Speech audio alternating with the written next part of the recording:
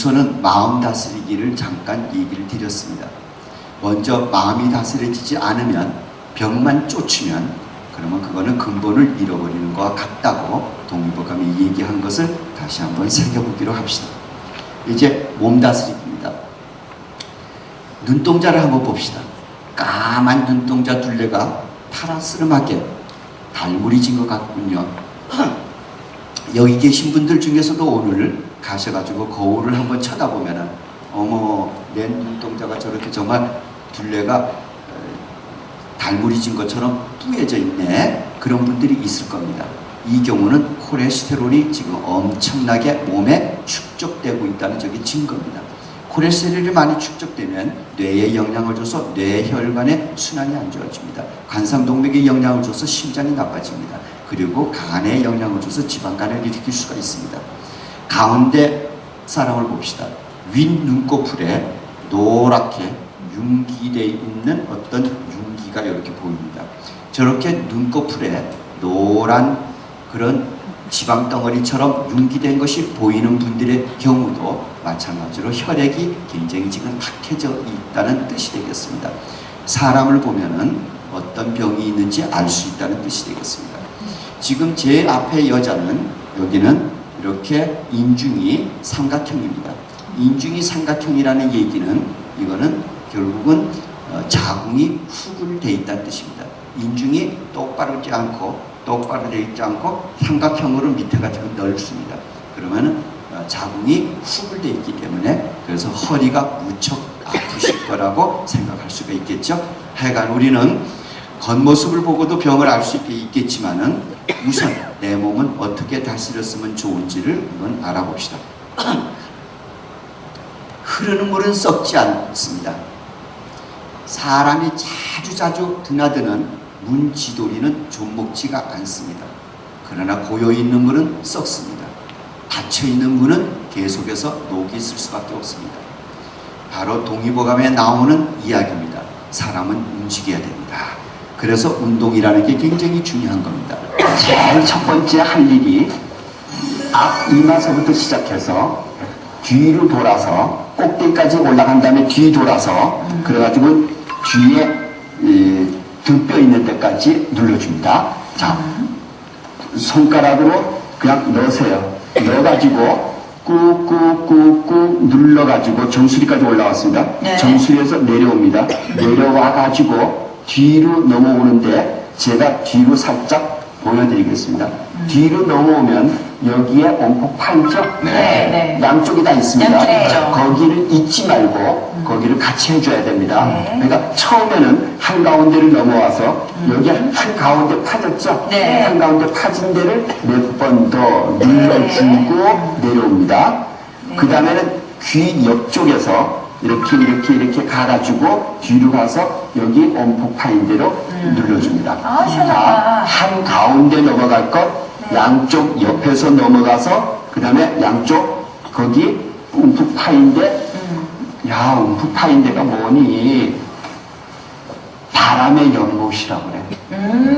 바람의 연못, 즉 풍지라고 불러. 그게 무슨 말이지? 바람이 거기에 머문대. 사람이 병들 때 거기서부터 들어. 감기 오려고 그럴 때 거기서부터 먼저 들어. 그래서 우리들은 추울 때 어떻게 하죠? 어우 추워, 이런 사람 봤어요? 어우 추워. 맞아. 바로 거기를 감쌌죠. 중국이 서늘할 때 감기 오는 증상이 있어요. 그래서 왜 수로 같은 거못 들고 바로 거기를 눌러줘야, 그래야 찬기, 풍기가 막 오는 거를 막을 수가 있습니다. 그러면요, 저는요, 열기가 없고요, 풍기도 없고요, 추워가지고 막 그러는데도요, 열기가 넘쳐도 거기를 누르는 거고, 냉기가 넘쳐도 거기를 누르는 거고. 자, 동의보감에는 얘기했습니다. 네가 오래 살려고 그러면 손을 얼굴에서 떼지 말라. 얼굴에서 손이 떨어지지 않은 사람일수록 건강하다고 합니다. 어디를 누를까요? 그랬더니 머리카락을 굉장히 많이 빗으라고 했습니다. 손을 항상 얼굴을 문지르고 치아는 마땅히 이래가지고 침이 생기면 그 침을 뱉지 말고 침을 항상 삼키고 이렇게 5가지를 하는 것이 가장 중요하다고 얘기했습니다. 자, 눈은 될 수 있는 대로 손을 비벼가지고 약간 따뜻하게 할까 해가지고 두 눈을 꼭 누릅니다. 너무 또 꽉 눌러가지고 또 눈이 튀어나오면 안 되니까 살짝 눌러가지고 눈을 가만히 있어봐. 갑자기 심장이 아프네. 심장마비로 죽으려나? 흉통이 가슴이 갑자기 아파올 때 의사가 여러 가지 방법을 다 했는데도 그 통증을 어쩔 수가 없을 때 그때 의사들도 눈을 손으로 꽉 눌러줍니다. 참 신기하죠? 내가 너무 마음이 아플 때나 실질적으로 심장에 통증이 올 때 우선 할 것은 손가락을 비벼가지고 약간 따뜻한 거로 양 눈을 살짝 눌러주는 거 필요합니다. 코는 자꾸 문질러 주십시오. 어떻게 문질러 주니? 그러면 이따 얘기할게요. 그 다음에 또 지금 머리를 하라고 그랬는데 머리는 한가운데서부터 뒤로 넘어가면 제일 뒤에 여기 푹 들어간 데 있어요. 그까지 눌러주고 양옆에서 눌러가지고 가다 보면 뒤에 또 여기 또 이렇게 온폭 양쪽에 모두 온폭 들어간 데 있죠. 거기가 바로 아까 얘기했던 풍지라는 겁니다. 거기를 통해 가지고 병이 들어오고 감기가 와도 거기가 먼저 오니까 우리는 이렇게 해서 거기를 뜨뜻하게 해준다 그 뜻이죠. 그러니까 열기가 너무 많아가지고 화기가 들뜰 때에도 지 머리카락을 잡아 뜯지 말고 거기를 눌러주면은 내려줄 거고 한기가 올 때도 거기를 뜨뜻하게 해주면 좋습니다. 혹시나 아침에 일어나면은 콧물 재채기에다가 휴지가 하나가득 쌓일 정도로 알레르기 비염으로 고생하시는 분이 있습니까? 만약 그렇다 그러면 머리 말리는 헤어드라이어로 그 둘레를 머리를 푹 숙이면 목이 뼈 중에서 제일 튀어나온 뼈가 있습니다. 그 턱 튀어나온 뼈가 경추 7번입니다. 그 턱 튀어나온 뼈를 중심으로 해서 그 둘레를 뜨뜻하게 머리 말리는 헤어드라이어로 이렇게 뜨뜻하게 해줘 놓으면 그러면 한결 알레르기 비염이 빨리 치료될 수가 있습니다. 그래서 지금 몇 가지만 손쉬운 지압법을 얘기 드리려고 합니다. 지금 아까 얘기했던 앞머리서부터 시작해서 뒤로 와서 뒤에 움푹 들어간 데를 해서 목뼈까지 문질러 주는 건 아까 얘기했습니다. 옆머리 쪽에서부터 시작해서 뒤로 넘어와서 여기 움푹 들어간 데 거기를 통과해서 움푹 들어간 데를 통과해서 문질러 주는 거 얘기했습니다. 그리고 여기 톡 튀어나온 뼈가 있는데 이 톡 튀어나온 뼈를 중심으로 헤어드라이어로 뜨뜻하게 해주는 거 얘기했습니다. 이제 눈은 꾹 눌러주라고 그랬습니다. 귀는 될 수 있는 대로 아래로 자꾸 잡아당겨주는 것이 좋습니다. 아니면 귀를 갖다가 이렇게 접어가지고 앞으로 탁 접어가지고 그래가지고는 손가락을 하나 가지고는 여기를 툭툭툭툭 치는 거예요. 그래서 귀를 치면 귀 속에서 천둥이 울립니다. 퉁퉁퉁퉁 하고 그래서 마치 북 치는 것 같다고 그래서 하늘에 북을 친다. 그래서 천고를 울린다 하거든요. 혹시 이명 증상, 귀 속에서 소리 나는 사람 또는 청력이 조금 떨어지는 분들 아니면 귀 잘못으로 어지러움을 잘 일으키는 분들의 경우는 귀를 한번 접고서 그리고 귀를 퉁퉁퉁퉁 두들기는 방법도 좋은 방법입니다. 그 다음에 코 둘레를 마사지 해주는 겁니다. 여기가 어디니? 그러면 콧방울 바로 옆입니다. 어디죠? 여기 주름이 잡히는 이 범랑이라고 주름이 잡히는 거하고 콧방울하고의 시작되는 부위 거기인데 이름이 뭐라고 그랬죠? 저기에 영향이라고 써놨죠? 영향이 뭐죠? 환영한데 향기를 냄새 못 맡으시는구나. 코가 막혀서 비염이 있어서 충농증이 있어서 약간 어떤 이유든 코에서 냄새를 못 맡거든 그럴 때에 바로 거기를 누르면은 그러면 냄새를 환영한다. 영향이라고 불렀습니다. 모든 코의 질환들 알레르기 비염을 비롯해서 비염 충농증 등등 모든 데에 거기를 눌러주면 됩니다. 그냥 손가락으로 눌러도 좋고 아니면 손가락을 V자로 만든 다음 양쪽 그 영향을 중심으로 위로 콧대를 이렇게 올립니다. 콧대를 올립니다. 그런데 될 수 있는 대로 콧대가 함께 자극이 됩니다. 콧대를 자극을 시키면은 콧대가 뜨거워집니다. 콧속이 뜨뜻해지면은 들어가는 공기가 따뜻해져 가지고 그래서 알레르기 비염도 훨씬 덜해지게 됩니다. 자, 그 다음에 중요한 것이 바로 배꼽하고 명치하고 사이입니다. 거기를 눌러주는 거고 그 다음에 배꼽 양 옆에 이런 데는 한울의 기틀이다 라고 불리우는 데가 있습니다. 이 복부를 마사지 해주는데 복부는 어떻게 마사지 해주니? 그러면은 배꼽을 중심으로 해서 손바닥으로 배꼽을 중심으로 시계바늘이 돌아가는 방향으로 문질러 줍니다. 작은 원을 그리다가 좀 더 큰 원을 그려가면서 문질러 더 큰 원을 그려면서 문질러 줍니다. 그 다음에는 이제 손가락으로 명치서부터 이 정중선을 따라서 문질러 줍니다. 꼭꼭꼭꼭 바로 저희가 명치와 배꼽 사이에 있는 중완이네요. 그리고는 내려옵니다. 꼭꼭꼭꼭 내려왔습니다. 배꼽을 거쳐서 내려와서 치골 있는 데까지 내려왔습니다. 치골에서 오른쪽으로 꾹꾹꾹꾹 눌러서 올라왔습니다.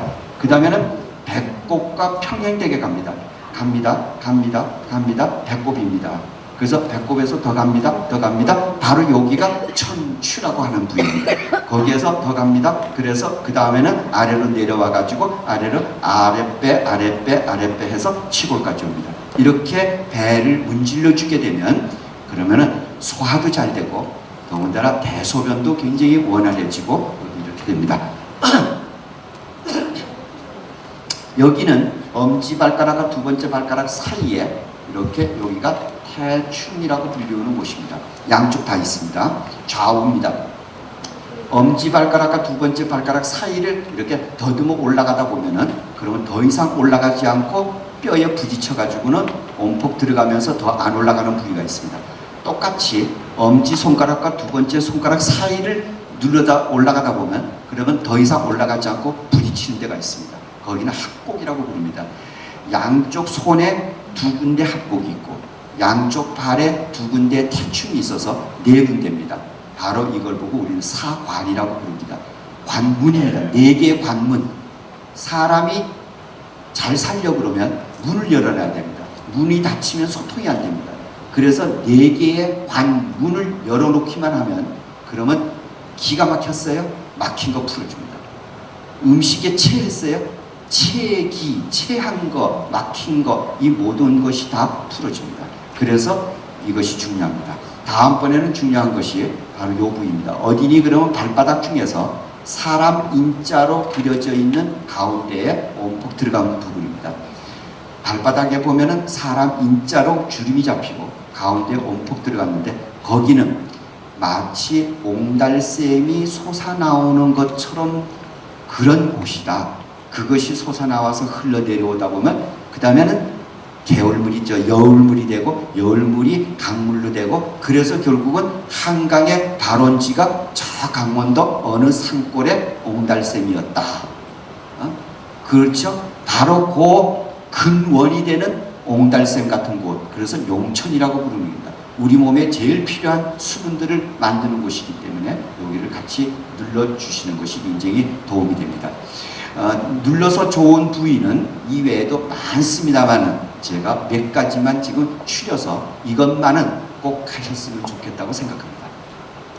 발바닥에 이 주의가 중요한 것처럼 손바닥도 살짝 쥐면은 그러면 세 번째 손가락과 네 번째 손가락이 닿는 부위가 있습니다. 세 번째와 네 번째 손가락이 닿는 이 손바닥 거기가 바로 노심초사하셨어? 노심초사한 궁이구나. 그래서 노궁이라고 부릅니다. 마음이 굉장히 노심초사하고 힘들 때 그 부위를 눌러주게 되면 마음이 굉장히 편안해진다는 뜻입니다. 자, 세상에서 제일 행복했던 여자가 누구였을까요? 성모 마리아하고 이브였답니다. 성모 마리아는 며느리가 없었고 이브는 시어머니가 그래서 우리들 속에서 제일 문제가 되는 것이 역시 고부간의 갈등에 의한 화친이죠. 그런데 왜 고부간의 그런 문제가 그렇게 심각하냐 하는 것은 역시 고부라고 할 때의 고자가 여자 중에서도 나이가 좀 많이 들고 오래된다고 하죠. 그러니까 사고방식이 아무리 젊은 쪽에서 시어머니가 됐어도 그래도 사고방식은 역시 새 저면을 아가보다는 못한 거예요. 그러다 보니까 결국 부딪히기 마련인 거고, 그리고 우리 카이사르가 얘기했습니다. 사람이라는 거는 참 묘하다. 어떻게 묘하니? 그러면은 자기가 모든 거를 바라볼 수가 없다. 지가 보고 싶은 것만 보게끔 돼 있는 게 인간이다. 그 뜻이에요. 그러니까 자기가 보는 것만 보여지니까 결국은 화나는 일이 생기게 되는 거지. 그래서 문제가 오는 것이 바로 우리 고부간의 갈등이다 생각하시면 됩니다. 그래서 우리들은 고부간의 갈등을 어떻게 풀었으면 좋은가 하는 거는 역시 자기가 먼저 풀어야 돼. 근데 그 자기가 먼저 푸는 것은 예를 들어 향을 싼 종이에서는 향 냄새가 난다고 했잖아요. 예. 생선을 싼 종이에서는 그러면 생선 냄새가 나겠죠. 그러니까 자기가 속에 뭐를 간직하고 있냐에 따라 가지고는 병이 생기냐 안 생기냐 하는 것이고, 예전에 어떤 며느리가 부탁을 할 때 어떤 이제 무속인에게 우리 시어머니가 너무너무 지금 안 좋으니까요, 우리 시어머니 어떻게 빨리 돌아가시게 하는 방법 없을까요? 그랬더니 좋다, 있다. 그러면서 알려줬대. 그래서 그거를 했대요. 안 돌아가시지. 그래서 그 다음에 또 했대. 100일을 하고 1년을 했대. 어머니가 점점 건강이 좋아지더니 그 다음에는 며느리를 얼마나 사랑하는지는 모르겠더래. 왜 그러냐? 그러면 매일같이 밥에다가 밤을 넣어서 드려라. 그랬더니 정말 돌아가실 줄 알고 밤을 매일같이 넣었더니 이 시어머니가 아이고 이 며느라이가 하루도 아니고 맨날 같이 이렇게 정성을 들이구나 해서 그 다음부터는 사랑하는 마음이 생겨가지고 고쳤다. 바로 그러한 마음을 가져야 되겠다 하는 뜻입니다. 자, 우리 고부간의 문제가 있다 그러면 그 다음에 부부지간의 문제가 그 다음에 이제 진짜 제일 문제가 되겠죠. 부부라고 하는 거는 흔히들 우리 그 옛말에 이거는 하늘보다 더 커가지고 그래서 남편이다 하는 뜻이 있는 것처럼 서로를 존경하면은 그러면 더 행복하게 살 수가 있겠죠. 그 다음에 부부지간에는 부부관계, 성적인 만족이 따르지를 못하게 되면 역시 불화가 치밀게 마련입니다. 그래서 실질적으로는 그 부부 갈등 속에 밑바닥에는 말 못하는 어떤 성적인 문제들이 있게 되겠죠. 부부간의 관계는 어떻게 풀어야 되겠느냐 하는 것은 이제 성적으로 조화를 이루어야 된다는 것은 기본적으로 얘기를 드리고요. 그 다음에 남편이 조금 한 것도 잘못한 것들이 있게 마련입니다. 아내가 조금 잘못한 것도 있게 마련입니다. 그런데 그때 우리는 용서를 하라고 합니다. 근데 그 용서라고 하는 말은 이게 서자입니다. 이 서자라고 하는 것은 가만히 보면 어때요? 마음이 같다고, 같은 여자. 마음이 같아졌을 때만이 용서가 이루어지는 것이지, 마음이 같지가 않은데 용서해 줄게. 그 말은 있을 수가 없는 거죠. 자, 그 다음에 나오는 것이 이제 자식입니다. 모성은 굉장히 영원한 겁니다. 남자들에게 특히 아내라고 하는 분을 통해 가지고 그래서 엄마의 모습을 찾으려고 하는 것이 바로 남편들이 갖고 있는 공통점이죠. 엄마는 그래서 모성은 아주 영원한 겁니다. 근데 거기에는 병적인 모성도 있을 수가 있습니다. 네로의 어머니는 네로가 약간 바람기처럼 어떤 여자를 좋아하게 되니까 그러니까 그거를 제지하려고 밤이면은 아주 야하게 화장을 하고 네로의 침대방에 들어가 가지고는 갖은 교태를 부리면서 아들이 떠나지 못하게 소나기에 쥐고 있으려고 했던 그거는 병적인 모성이죠. 그래서 결국은 비참한 결과를 맞게 됩니다. 네로가 그 어머니를 살해해버리죠. 이것은 결국은 헛된 얘기가 아닙니다. 바로 오늘의 엄마 중에서도 병적으로 아이에게 매달리는 경우들이 굉장히 있는 겁니다. 김소월은 얘기했습니다. 산에는 꽃이 핀대요. 봄, 가을, 여름 옷이 꽃이 핀대. 근데 뭐라고 했죠? 어디 꽃이 핀대? 산에 피는데 저만치 혼자서들 피어있다고 했어요. 저만치 혼자서 피어있지 여기 뭉텅이를 피지 않았어. 엄마 가슴속에만 피는 게 아니에요. 자식은 나와도 저만큼 떨어져서 피어야 되는데 불구하고 엄마 마음에 자식을 자꾸 끌어안다 보니까 자부 간에 자식 간에 갈등도 생기게 되고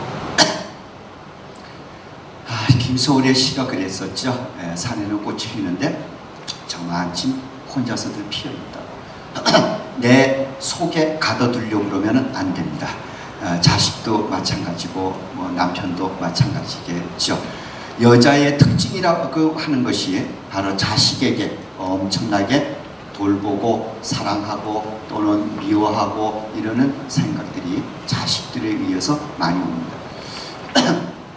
성적인 근데 갑자기 또 아파오네. 여기가 아프네요.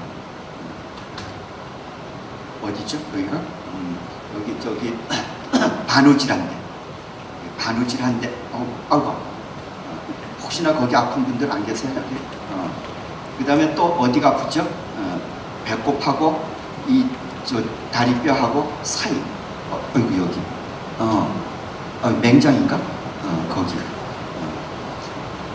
때때로는 여기가 아프거나 여기가 아프거나 넓적다리 안쪽이 운동 많이 한 다음날 가래토 써는 것처럼 아프거나 발바닥 그 중에서도 발 뒤꿈치가 많이 아픈 여자분들의 경우는 거의가 성적인 만족을 얻지 못해서 오는 경우들이 원인일 때가 굉장히 많습니다. 결국은 성적인 것이 그만큼 중요하다는 얘기가 되는데 여자들의 경우가 동의보감의 얘기입니다. 이게 동의보감의 얘기지 제 얘기가 아니에요. 그러니까 여자는 이만큼 그래서 성적인 거든 뭐든 자식과의 관계든 복합적으로 이루어져 가지고 병이 굉장히 많이 날 수밖에 없고 그래서 여자의 병을 고치는 거는 남자의 병 고치는 것보다 참으로 어렵다고 얘기했습니다. 우리가 가을이면 생각나는 여자 있죠. 노래 속에 나오죠. 버지니아 울프의 뭐 이러면서 목마를 탄 여인에 나오는 바로 버지니아 울프의 사진입니다. 죽으려고 몇 번 시도했다가 살아나고 그러다 못해서 나중에는 돌멩이를 자기 몸속에다가 집어넣고서는 다 동료 뺀 채 결국은 투신 자살을 해서 죽은 여인이 바로 버지니아 울프입니다. 여자들의 경우는 이만큼 우울증에 빠지는 경우들이 굉장히 많습니다. 그래서 그냥 참고로 두 가지 얘기를 드리겠습니다. 하나는 위에 요거는 깻잎처럼 생겼죠. 근데 빨간 깻잎처럼 생겼죠. 그래서 깻잎처럼 생겼는데 빨갛다. 그래서 자소엽, 나뭇잎이라는 엽자를 붙여서 자소엽이라고 불리우는데 우리 저 일본 음식 중에 뭐가 있어요? 우메보시라는 거 있죠. 우메보시가 빨갛게 매실을 물들인 게 우메보시입니다. 그 매실을 빨갛게 물들인 재료가 바로 이 자소엽 가지고 빨갛게 물들인 겁니다. 그러니까 식용할 수 있는 것이지 양만은 아니니까 마음 놓고 잡수셔도 되겠다는 뜻이죠. 이거를 차로 끓여 잡수시면 첫째가 마음이 편안해집니다. 그래서 우울증 같은 거를 풀어주는 좋은 효과가 있고 이건 해독작용이 굉장히 큽니다. 생선 먹고 중독을 일으켜서 두드러기 났을 때도 이거를 끓여 먹으면 두드러기가 없어집니다. 혹시나 머리 염색을 하다가 그러다가 옷 올랐을 때도 이거 끓여 먹으면 옷이 풀립니다. 해독이 됩니다. 그 다음에 얘를 끓여 먹으면 그러면 감기 예방이 됩니다. 그래서 감기 기운이 있을 때도 얘를 끓여 먹습니다. 그 정도로 좋은 약이면서도 음식이기 때문에 마음 놓고 드셔도 됩니다. 이제 저기 밑에 건데 우리가 동물 실험을 하면은 그러면은 숙회한테 먹여보면 숙회의 고환과 운명의 무게가 늘어납니다. 그래서 우리들은 너 중학교 3학년이잖아. 근데 유치원 애들 꼬치만 하고 어떻게 잘하지를 않니? 그런 경우에 이거를 약으로 쓰는 것이 있습니다. 동물 실험을 하면 숙회한테 이걸 먹여놓으면은 그러면 정액량이 늡니다. 그래서 우리는 노인네들이 정액이 너무 없어졌을 때 이거를 약으로 주고 있습니다. 이거를 동물 실험을 하면은 그러면은 정자 양이 늘고 정자 활동이 굉장히 빨라집니다. 그래서 우리는 남자가 아기를 못 갖는 남성 불임증을 가지고 있을 때 정자 양, 정자 활동을 증진시키기 위해서 이걸 약을 주고 있습니다. 이게 뭐니? 이거를 여자한테 암쥐에다가 한번 실험해보면 암쥐의 난소와 자궁의 무게가 늘어납니다. 그래서 우리들은 너 중학교 3학년이잖아. 근데 다른 애들은 초등학교 벌써 고학년이 되면은 생리가 있게 되는데 너는 어떻게 중학교 3학년인데 아직 생리가 없니? 생리가 있어도 왜 그렇게 통증이 굉장히 심하면서 그러면서 학교도 못 가고 그렇게 돌돌돌돌 구르고 애쓰니 이럴 경우에 그럴 때에 우리 약을 주고 있습니다. 이거를 갖다가 동물 실험을 하면은 그러면은 암쥐의 젖꼭지 색깔이 핑크색이 됩니다. 그래서 여자분들이 처녀 때는 젖꼭지가 핑크색이었다가 나이가 들면 젖꼭지가 거무틱틱해지는 경우는 애만 많이 나서 또는 애에게 젖을 물리고 키워서만이 아니다 그랬죠. 이거를 먹게 되면은